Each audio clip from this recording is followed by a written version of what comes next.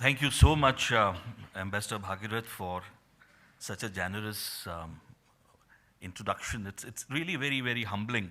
Um, Excellencies, distinguished delegates, dear students, it is indeed an honor and a privilege to be here today. This is a very special place, and I think it's so obvious, it's to state the obvious that the students of this wonderful university are very honored and very privileged and very fortunate to be at an institution which has been set up with such a wonderful vision and enthusiasm. So my very special regards to Majumdar sir, and I was listening to him with great attention and really admiring him and thinking of various future possibilities at Symbiosis. When I speak today, I speak as an academic. My narrative is a narrative that comes from a location which is very familiar to all of you. We are in the business of knowledge production, knowledge sharing, knowledge dissemination. And as Ambassador Bhagirath said that one wonderful thing about IORA is that it has a third tier, which is called the academic group. And when I was being asked to sort of speak in this particular session, it left me wondering about the choice of the theme and the sub-theme. And I decided to focus on something which has intrigued me a lot while studying climate change issues and sustainability issues, and also as somebody who has been teaching and learning the international relations theories.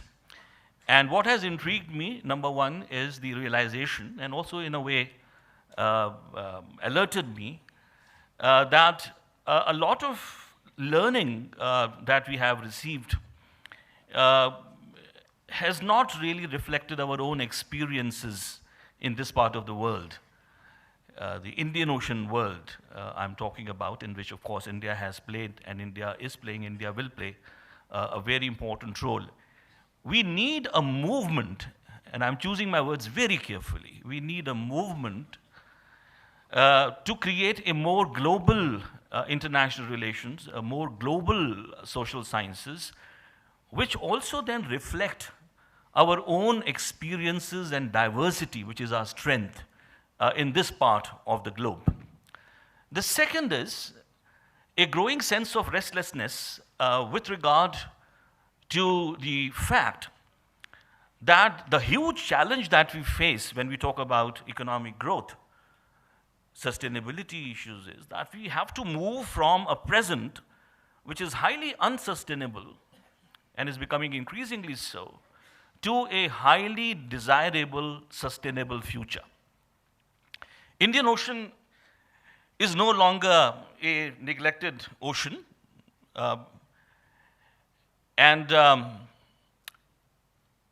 Something wonderful is happening these days in the country. We have more conversations, more dialogues, a much sharper focus on the Indian Ocean.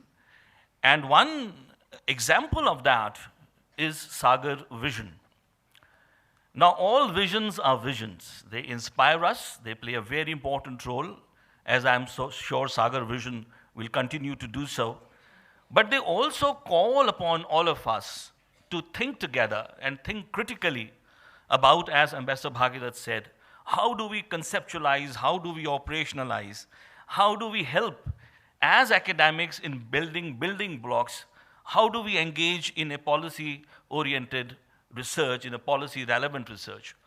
So I think the time has come, the time should have come much earlier, when looking at the Indian Ocean, and not just the body of waters, but the diversity of societies and peoples and countries that we have, that we embark upon a mission in support of the Sagar Vision. I don't know how many my young colleagues have read the vision document, but I would urge them to please do so, because every sentence of the text of the Sagar speech I found interesting and very thought-provoking. Take, for example, and I quote the Prime Minister, "We often define regional groupings around landmass. The time has come for a strong grouping around the Indian Ocean. We will pursue this with new vigor in the years ahead," unquote. Here is, in my view, a very important reference to maritime regionalism. He also said, I quote, "IORA can be an important instrument to pursue a vision for a sustainable and prosperous future in the region," unquote. Now, the question is, and I'm fully aware of the fact that all that I have is about 20 minutes, so please bear with me if I rush through some of the slides. But my proverbial question this afternoon is, can billions in global south grow, quote unquote, the way in which millions in the global south have developed, quote unquote? And my answer is no. This is not possible, and this is not going to happen, and this should not happen. In a book which is coming out next week, a group of environmentalists and social scientists from China, United States, and India have come together looking at the challenge of environmental sustainability from the Himalayas to the oceans. And we conclude on the note, and that is going to be my focus this afternoon, that we have to move from, particularly in the case of the oceans, what we call a frontier economics to a ecological economics. And that is what I would like to talk about today. Now, this is a map, a world of 7 billion, and the map speaks for itself. We need not spend more time on it. And then it draws our attention to what is now called the new geological epoch of the Anthropocene. And here is this very important article which appeared in Nature, which says, I quote, "The Anthropocene probably began when species jumped continents, starting when the old world met the new. We humans are now a geological power in our own right, as Earth's changing as a meteoroid strike. A more widespread recognition that human actions are driving far-reaching changes to the life-supporting infrastructure of Earth will have implications for our philosophical, social, economic, and political views of our environment. But we should not despair, because the power that humans wield is unlike any other force of nature. It is reflexive and therefore can be used, withdrawn, or modified. The first stage of solving our damaging relationship with our environment is recognizing it." And that is my point of emphasis. We have to acknowledge, we have to accept that the way in which the more dominant models of development, drawing upon what one scholar has said, Carboniferous capitalism, have worked out, they have really brought humanity on the brink of a large-scale disaster. I am not deploying a language of fear, because I believe in the language of hope, but I think some of these ground realities have to be acknowledged as they are.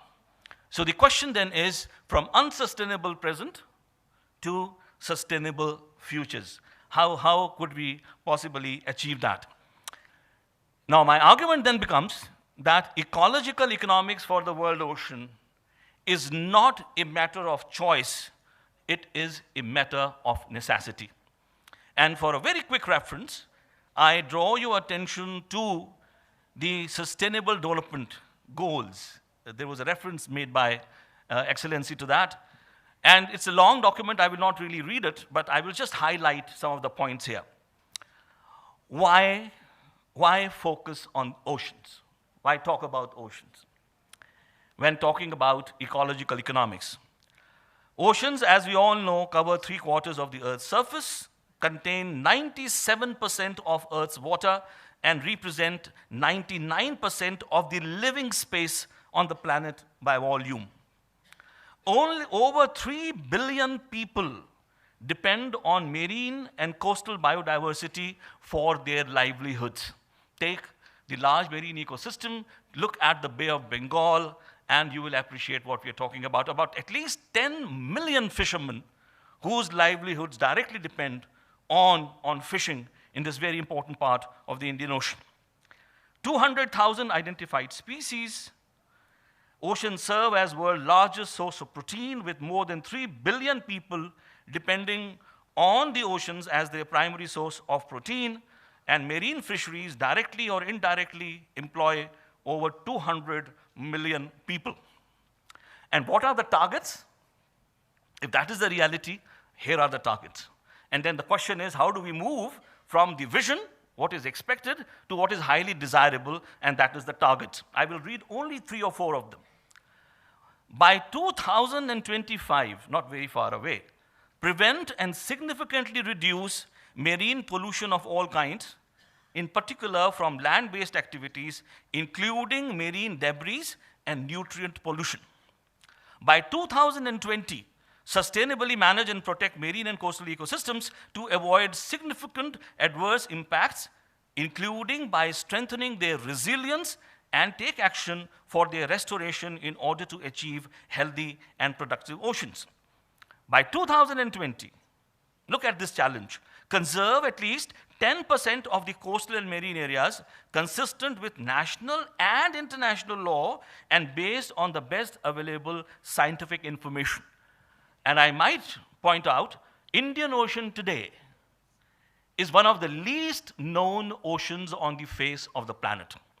This is the tragedy of the global commons, as I call it, global knowledge commons, tragedy of global knowledge commons, that you are expected by the imperative of your own future to protect this huge space without knowing enough about it. Another challenge is that you are looking at an ocean space, the Indian Ocean world, if I call it, which is opportunity rich and capacity deficit. And that poses a huge, huge problem. UNEP News Center tells us Western Indian Ocean's pristine ecosystems valued at $25 billion annually. I repeat, Western Indian Ocean's pristine ecosystems valued at $25 billion annually under threat. So that is the scale of challenge that we are talking about. To run very quickly through some of these slides of a study done by Global Ocean Commission. Now, what are the challenges here? High seas are facing a cycle of declining ecosystem health and productivity. Again, this point tells us that ocean is a medium that forces us to think very differently. It's not like land. The very geography, the very nature of ocean as a medium requires a very different kind of a paradigm of development and sustainability. Another is current ocean governance arrangements do not ensure sufficient protection for high seas biological diversity, nor do they foster the sustainable and equitable use of marine living resources. So this huge space called the high seas, and what do we do when it comes to the governance of this space? Current ocean governance arrangements, and then another slide then tells us that 1/3 of the oil and 1/4 of the natural gas consumed in the world today comes from the underwater areas. And then something which has been already referred to, illegal, unreported, and unregulated fishing on the high seas has significant negative ecological, economic, and social impacts and disproportionately affects developing countries. So these are some of the facts about unsustainable oceanic present that stares all of us in our faces. Here comes another set of challenges, incremental, slowly unfolding, focusing on the concerns of the next generation, of course also the present generation, but something which should not be divorced from the entire narrative of sustainability or unsustainability. And that is the argument that we have made in a recent book called Climate Terror, A Critical Geopolitics of Climate Change. Now, to run through this very quickly, we all are familiar with the 5 reports of the Intergovernmental Panel on Climate Change. They are increasingly becoming more and more confident, speaking with high level of confidence about the kind of challenges that we face. Now, this is something which I thought you will find very, very interesting and also alarming. As somebody who has followed the polar regions and have been to both different parts of both Arctic and Antarctica, um, I notice with a great deal of concern this particular news. West Antarctic ice sheets collapse triggers sea level rise. If the West Antarctic ice sheet were to melt completely or even substantially, we are going to see a very, very high level of sea rise throughout the Indian Ocean. The Arctic sea ice, we are all aware and we know what has happened with the Greenland ice cover recently and the kind of events that it triggered. And here comes something which probably we would not like to see as residents of the Indian Ocean world. And this is the map of the tipping point. And on this map, we have one tipping point called Indian monsoon chaotic multi-instability. So this map then also becomes a matter of great concern. Ocean acidification, I will not spend more time on this, but just give you the proverbial glimpse of the tip of the iceberg. 40% the increase in atmospheric carbon dioxide levels since the start of the Industrial Revolution. 26% the increase in ocean acidity from pre-industrial levels to today. About 170% the projected increase in ocean acidity by 2100 compared with the pre-industrial levels if high CO2 emissions continued. And for 24 million, the number of tons of CO2s the ocean absorbs every day. So we are seeing many parts of what is called the dead ocean throughout the world ocean, including the Indian Ocean. Just these two slides, I think, will graphically say what I want to say. Now, there is one argument, and I'm just coming toward the end of my presentation. There's one argument which says that, look, the language of fear is not working. The language of science is not working. Somehow we are not able to communicate the urgency or emergency of the climate change. So what do? We put a commercial value on top of all this. And if that was to happen, where ecological economics can also provide you certain tools, we are looking at, as the slide shows, some very, very huge losses when it comes to the ecosystem services which are ocean-centric and ocean-based. So I conclude by saying that what we need for the Indian Ocean and the sustainable futures of the Indian Ocean is what is called ecological economics. There is a study by Murray Peterson and Bruce Glakovic, which says that there are 4 cornerstones of this paradigm. 1, sustainability as the normative goal. Number 2, an approach that sees the socio-economic system as a subsystem of the global ecological system. A complex systems approach. And 4th, transdisciplinarity and methodological pluralism. They also point out that so far, ecological economics has been largely terrestrial in focus, but in view of the growing importance of the oceans and the coast, the time now is to focus more attention on the oceans. And because oceans are, as I have tried to argue, extremely important, and they are being increasingly degraded by economic activities. And lastly, they are the focus of policy and management interventions at various levels. I would like to conclude my talk, my presentation this afternoon, just last 2 slides, by talking about what has now come to be known or called a planet politics. I would call it planet geopolitics.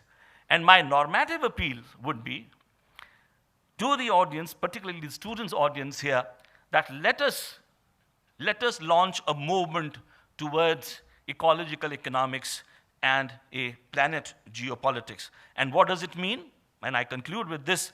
Planet politics must emerge as an alternative thought and process. A politics to nurture worlds for all humans and species co-living in the biosphere. The local, national, and global no longer define our only space of action. The planet has long been that space which bears the scars of human will. In transforming the world into our world, we damaged and transformed it to suit our purposes. It now demands a new kind of responsibility, binding environmental justice and social justice inextricably together. This manifesto is not about politics as usual, and for that matter, economics as usual, or business as usual. We seek political imagination that can rise from the ashes of our canonical texts. It is about meditating on our failures and finding the will needed for our continued survival. Global ecological collapse brings new urgency to the claim that we are all in this together, humans, animals, ecologies, and biosphere. Ladies and gentlemen, I conclude by saying that the Sagar vision outlined by Prime Minister Modi in Mauritius demands and deserves this kind of a paradigm shift. Thank you so much.